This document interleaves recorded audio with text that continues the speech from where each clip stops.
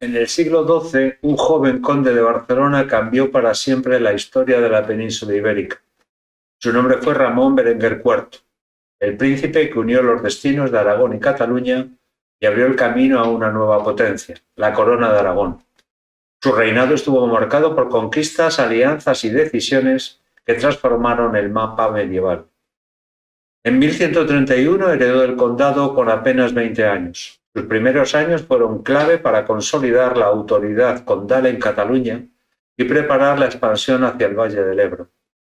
Se enfrentó con la nobleza rebelde, donde varios linajes pretendían ampliar sus señoríos a costa de la autoridad condal. Consiguió someterlos y reforzó la fidelidad de las familias más influyentes, mediante pactos y concesiones. La política exterior continuó la política de su padre, manteniendo buenas relaciones con la Occitania, donde tenía vínculos tanto familiares como señoriales. Y por último intervino en la frontera con Al-Ándalus con expediciones de desgaste y tanteo contra Tortosa y Lérida. En noviembre de 1135, Ramiro II de Aragón casó con Inés de Poitiers. 9 meses después nació una niña, Petronila, a la que su padre le transmitió el poder. Como mujer no podía reinar en Aragón y se buscó un candidato. El elegido fue Ramón Berenguer IV, conde de Barcelona, de 24 años de edad. Las razones para su elección fueron varias. La primera, que la Casa de Barcelona controlaba un extenso territorio con salida al mar y además tenía una buena proyección tanto comercial como militar. En segundo lugar, mantendría una expansión del reino hacia el Valle del Ebro. En tercer lugar, aseguraría la independencia de Aragón y crearía un contrapeso frente a Castilla, León y Pamplona. Otra razón fue el apoyo eclesiástico que garantizaría la continuidad y la fidelidad a Roma y reforzaría la estabilidad frente a los musulmanes. Y por último también contaba con el apoyo de la población aragonesa, que le consideraba un gobernante avispado, prudente y con grandes calidades humanas. El 11 de agosto de 1137 se firmaron las capitulaciones de Barbastro en presencia de la nobleza aragonesa. Petronila entregaba a Ramón todos sus dominios, Ramón adquiría el título de príncipe, no de rey, y ejercería el poder efectivo. Ramiro II conservaría la condición de rey hasta su muerte. En caso de muerte de Petronila, la herencia la recibiría Ramón a la muerte de Ramiro II y en caso de que tuvieran descendencia, heredaría tanto el reino de Aragón como el condado de Barcelona. Con este documento se ponían los cimientos de la futura corona de Aragón. En septiembre de 1140, la Orden del Hospital y del Santo Sepulcro renunciaron a los derechos del testamento de Alfonso I y reconocían a Ramón Berenguer IV como un administrador idóneo para Aragón. No así la Orden del Temple, que regateó y en el año 1143 renunció a cambio de una indemnización económica. Y por último, el papado aceptó la elección de Ramón Berenguer IV, pero hubo de esperar hasta el año 1158 para encontrar un documento pontificio en que se le diese el título de rey.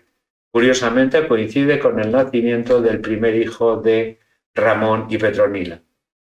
Las relaciones con el rey de Pamplona, García Ramírez IV, al principio fueron de desconfianza, porque subía al trono en contra de las aspiraciones de Aragón y su separación fue vista en Aragón como una pérdida. Esta tensión derivó en enfrentamientos fronterizos en La Rioja y en la ribera del Ebro. García Ramírez buscaba afirmar su autoridad en los territorios que habían pertenecido al reino de Pamplona en el pasado, y Ramón Berenguer aspiraba a consolidar el legado de Alfonso I.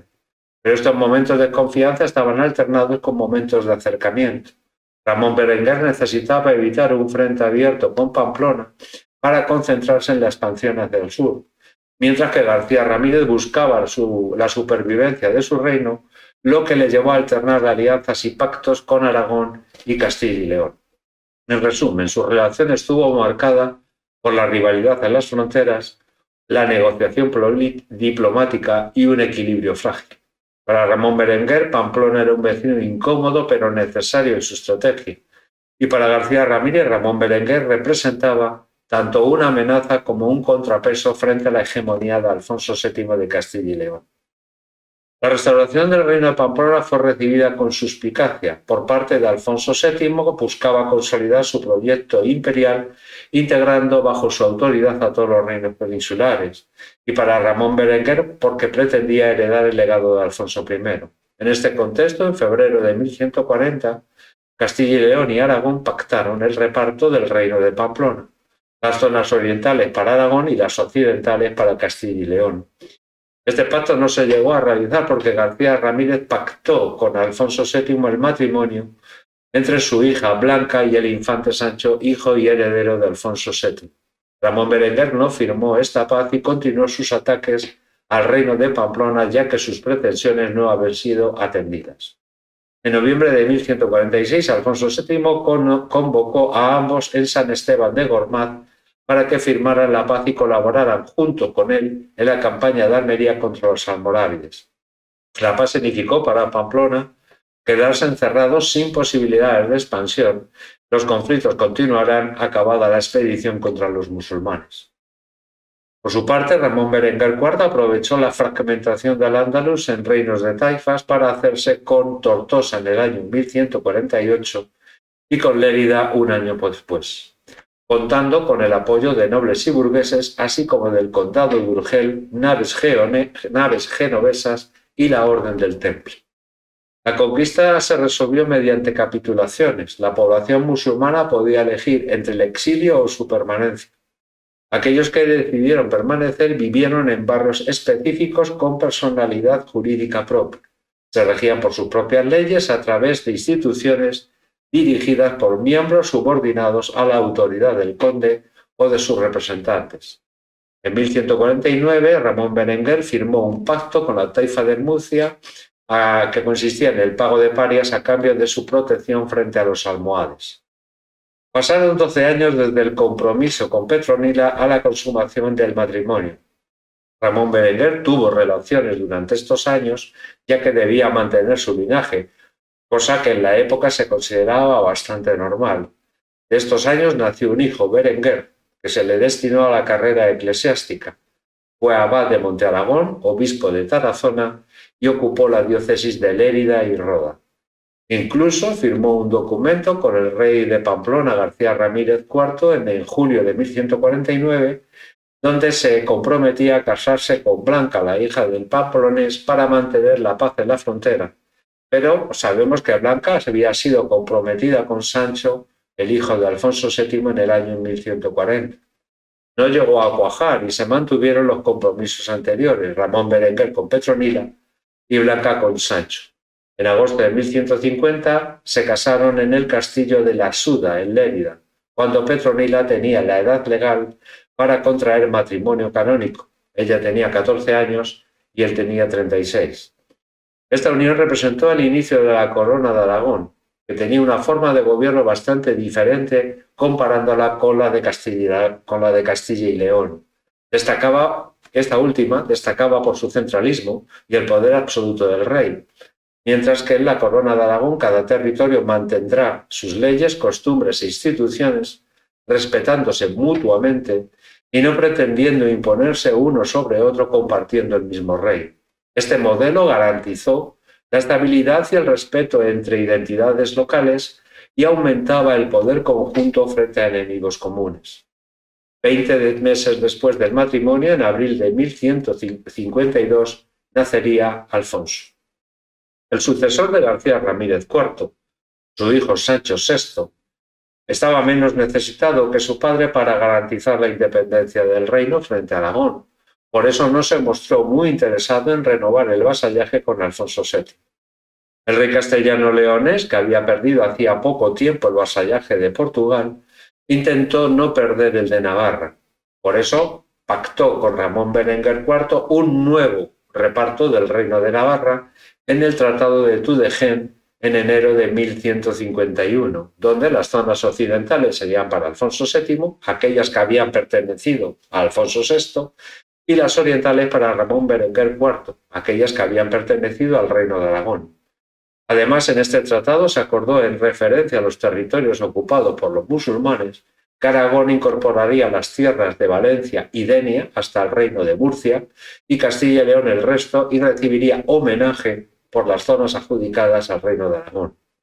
Nuevamente el tratado no se cumpliría, pero la amenaza tuvo sus efectos. Sancho VI de Navarra renovó su vasallaje con Alfonso VII y negoció el matrimonio con Sancha, hija natural de Alfonso VII. Aragón no ganó nada con este nuevo tratado. En febrero de 1159 se firmó la paz con Sancho VI de Navarra, lo que permitió a Ramón Berenguer IV dedicarse a la política ultrapirenaica, marcada por la rivalidad de linajes locales, la presión del condado de Tolosa y la influencia del Sacro Imperio Romano Germánico. En 1156 Ramón Berenguer intervino en la Provenza para apoyar a su sobrino Ramón Berenguer III frente a los condes de Tolosa. Su objetivo era asegurar un corredor transpirenaico que uniera Cataluña con los valles del Ródano y del Mediterráneo occidental. Por otra parte, se alió con Enrique II de Inglaterra frente a la expansión del conde de Tolosa. Enrique II gobernaba Aquitania debido a su matrimonio con Leonor. Esta cooperación reforzó el prestigio internacional de Ramón Berenguer IV. Y por último, para legitimar su intervención en la zona de la Provenza, pactó con el emperador del Sacro Imperio, Federico I, presentándose no como un invasor, sino como un garante de la estabilidad.